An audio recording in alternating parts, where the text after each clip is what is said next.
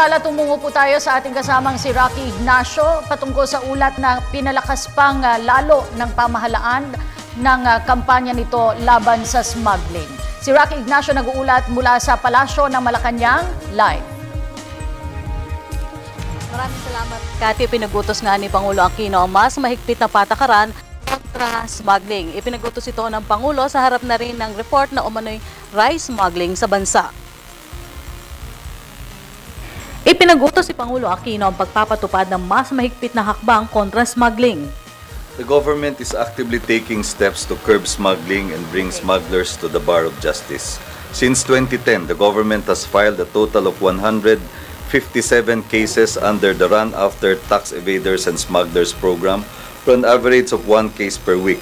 Following President Aquino's directive, the Bureau of Customs, led by Commissioner Sevilla, has taken steps to promote transparency and openness, simplified transactions, and adopted a systemic approach to plug loopholes and minimize opportunities for graft and corruption.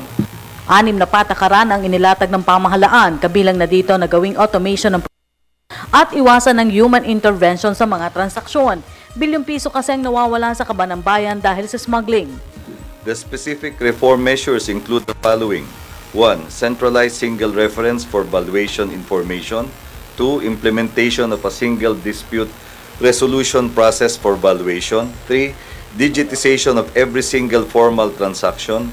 4. Review of the monitoring of customs bonded warehouses. 5. Revamp of the importer accreditation process. And 6. Intensified monitoring of sensitive imports. Nagsagawa ng mahigpit na direktiba ang Pangulo sa harap na rin ng pagdinig ng Senado sa umano'y rice smuggling sa bansa. Ayon sa Malacanang, handa naman ng Department of Agriculture sa bagong importation procedures.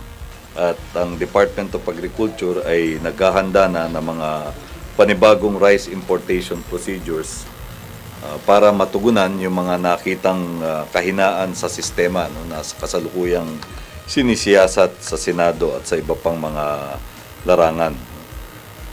Makailang beses na rin tinalakay ang isyong ito sa level ng economic cluster natin.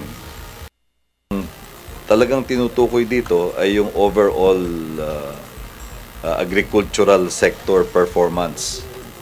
Kasi kung tutunghayan natin yung paglago ng ating GDP, hinahangad pa natin na mapahusay yung performance ng buong agricultural sector. Nakasentro na ang pagkilos ng Department of Agriculture sa overall agricultural productivity at hindi sa pagiging self-sufficient sa bigas na lamang. Sinabi ito ni Coloma sa report na kaya hindi matamo ang pagiging rice sufficient ng Pilipinas ay dahil sa smuggling. Nauna nang ipinanukala ni Agriculture Secretary Proceso Alcala ang pagiging rice sufficient ng Pilipinas sa 2013. Bagamat nasa tama ang target, malaki anya naging epekto ng bagyong Santi dito.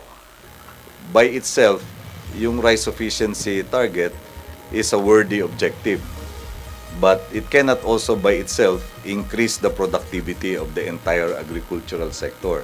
Since we want inclusive growth and since we accept that a big number of Filipinos are in the agricultural sector, namely farmers and fisherfolk, then to achieve inclusive growth, we will have to work at improving the productivity of the entire agricultural sector and not just of rice farmers.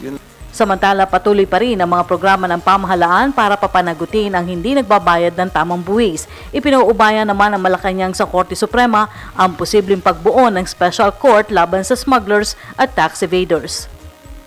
At yan po ating pag-uulat mula dito sa Malacanang sa tulong ng RTVM. Ako po si Rocky Ignacio para sa Telebisyon ng Bayan.